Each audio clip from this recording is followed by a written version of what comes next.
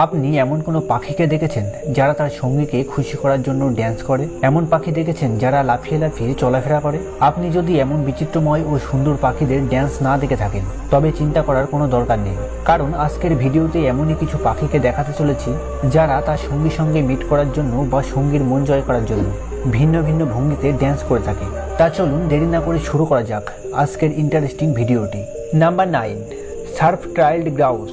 আপনি কি এমন কোনো পাখি সম্পর্কে জানেন যারা তার সাথীকে খুশি করার জন্য বা সঙ্গীকে কাছে পাওয়ার জন্য ট্যাপ ড্যান্স করে? এই সম্পর্কে যদি না জেনে থাকেন তবে জানিয়ে দিই, এই পাখি সঙ্গীকে খুশি করার জন্য মাটির উপর জোরে জোরে পা লাফানোর সাথে সাথে তাদের মাথাটি নিচের দিকে ঝুঁকিয়ে নেয়, আর ঝুঁকিয়ে নেওয়া মাথা যখন মাটিতে থাকে তখন তাদের লেজটি উপরে আকাশের দিকে উঠিয়ে দেয়। আপনি যদি এদের ড্যান্সটি ভালোভাবে দেখে থাকেন তবে এতটুকু বলতে পারি, আপনার দেখা এই সুন্দর ড্যান্সটি আপনি সারা জীবন ভুলবেন না। Number 8, ostrich. পৃথিবীর সবচেয়ে ভারী ও বৃহদাকার পাখি হিসাবে অস্ট্রিচকে মনে করা হয়, কিন্তু যখন সময় আসে তার সঙ্গীকে ইমপ্রেস করা তখন এই পাখি ঠিক এইভাবে ড্যান্স করতে শুরু করে, যা দেখতে খুবই সুন্দর লাগে।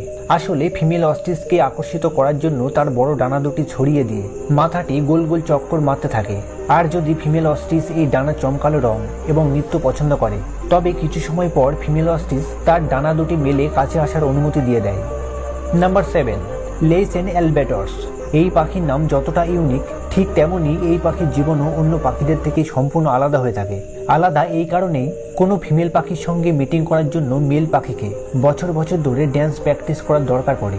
আপনাকে বলে দিন, এই পাখি দলবদ্ধ হয়ে একে অপরের সাথে ঘন্টার পর ঘন্টা ড্যান্স প্র্যাকটিস করে, এক জায়গায় দাঁড়িয়ে তাদের মাথা ঠিক যেন স্প্রিংয়ের মতন উপর নিচে করতে থাকে।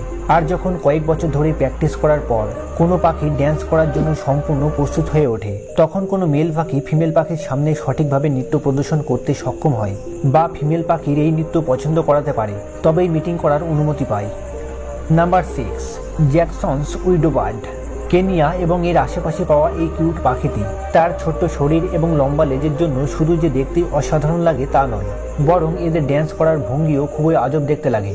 যখন কোনো মেল পাখি তার সঙ্গী অর্থাৎ ফিমেল পাখিকে আকর্ষিত করার চেষ্টা করে তখন মেল পাখি দলবদ্ধ হয়ে ফিমেল পাখির সামনে দাঁড়িয়ে লম্বা লম্বা লাফ দেয়, যা ফিমেল পাখিকে প্রভাবিত করার চেষ্টা করে। এই ড্যান্সে যে পাখিটি লম্বা সময় ধরে সবচেয়ে উঁচুতে লাফাতে পারবে একমাত্র সেই পাখিটিকেই মিটিং করার সুযোগ দেওয়া হয়, বা বলা যেতে পারে যে পাখি সবচেয়ে বেশি শক্তিশালী এবং রোমান্টিক হবে ফিমেল পাখিটি তাকেই পছন্দ করবে। Number 5, hooded Greaves. আপনি যদি ড্যান্স করতে পছন্দ করেন তবে অবশ্যই জানবেন ট্যাঙ্গো ড্যান্স করাটা কতটা কঠিন কাজ। তাছাড়া এই ড্যান্স পারফর্ম করার জন্য মানুষের শরীর ফ্লেক্সিবল হওয়াটা খুবই প্রয়োজন।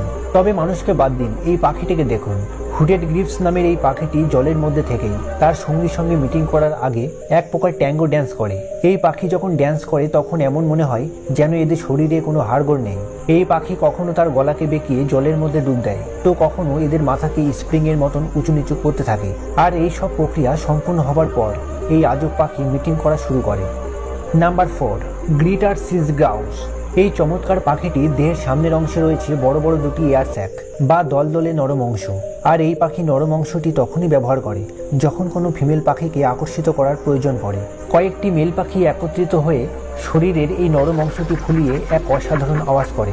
এদের এই আওয়াজ প্রায় 3 কিলোমিটার, এমনকি এর থেকেও বেশি দূরত্ব পর্যন্ত শোনা যেতে পারে। আর যখন কোনো ফিমেল পাখির কানে এই আওয়াজ গিয়ে পৌঁছায় তখন ওই পাখি দৌড়ে সেখানে চলে আসে। তবে আপনি কি কখনো এমন পাখি দেখেছেন যারা প্রচণ্ড জোরে আওয়াজ করতে পারে? Number 3, Vogelkop super bird of paradise. এই পাখির প্রজাতি খুব বেশি দেখতে পাওয়া যায় না, তবে এরা রং বেরঙের হবার সাথে সাথে খুবই সুন্দর দেখতে লাগে এবং এদের অঙ্গভঙ্গিমা দেখতে আরও বেশি চমকপ্রদ লাগে। এই পাখি সেই সময়ই এমন ভঙ্গিতে ড্যান্স করে যখন কোনো ফিমেল পাখিকে আকর্ষিত করার চেষ্টা করে। মেল পাখি ফিমেল পাখিকে আকর্ষিত করার জন্য তার ডানাকে মেলে দিয়ে এইভাবে ড্যান্স করতে থাকে। এই নৃত্য যখন ওই ফিমেল পাখিকে আকর্ষিত করে তখনই ওই মেল পাখিকে কাছে আসার অনুমতি দেয়। Number 2, magnificent রিফেলবার্ড।